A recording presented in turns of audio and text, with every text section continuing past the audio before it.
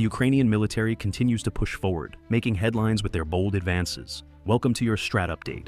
Ukrainian forces continue to make significant progress in Kursk Oblast, advancing between 500 meters and 1.5 kilometers in various areas.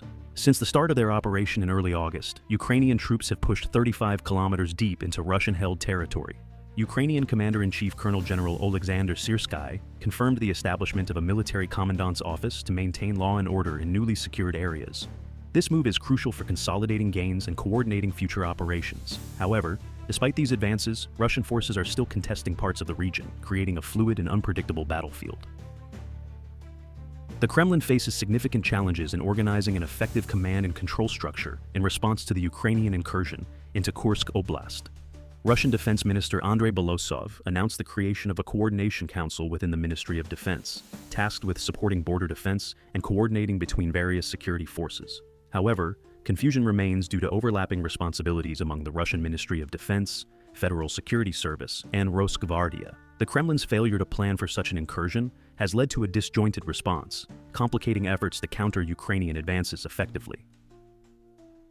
Despite Ukrainian pressure in Kursk Oblast, Russian forces continue to maintain a high offensive tempo in Donetsk Oblast. They are pursuing a tactical encirclement of Ukrainian forces southeast of Pokrovsk. Recent geolocated footage confirms Russian advances within Hrodivka, Mykolaivka, Zhelan, and Orlivka. Russian sources claim further progress near Hrodivka and Pivnichna. Although Ukrainian forces have repelled several mechanized assaults, Russian troops maintain momentum in their efforts to secure key positions. This focus on Donetsk reflects the Kremlin's priority on advancing in eastern Ukraine, even as the situation in Kursk demands attention. On the night of August 13th to 14th, Ukrainian forces successfully conducted drone strikes against 4 Russian air bases: Kalino, Savasleika, Borysoglebsk, and Baltimore. These strikes targeted critical assets, including fuel storage facilities and aviation weapons.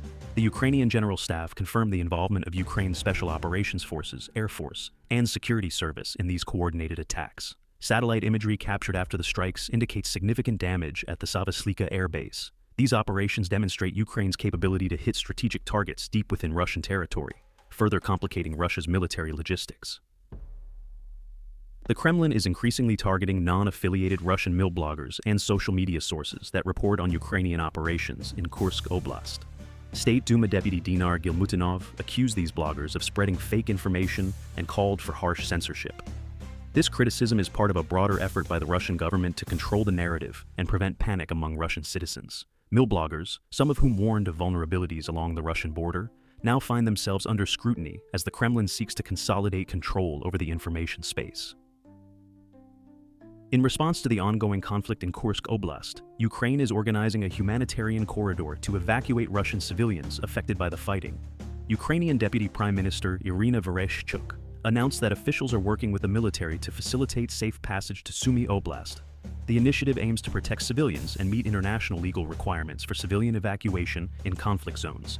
However, Russian authorities have yet to request a corridor into Russia, leaving some civilians with no alternative but to seek refuge in Ukraine.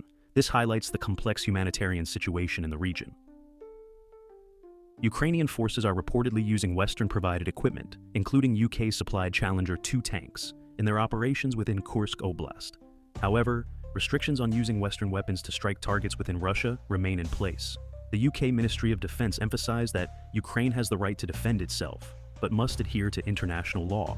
Meanwhile, discussions in the United States suggest that the Biden administration may consider sending joint air-to-surface standoff missiles to Ukraine, further enhancing Ukraine's long-range strike capabilities. These developments underscore the evolving nature of Western support for Ukraine.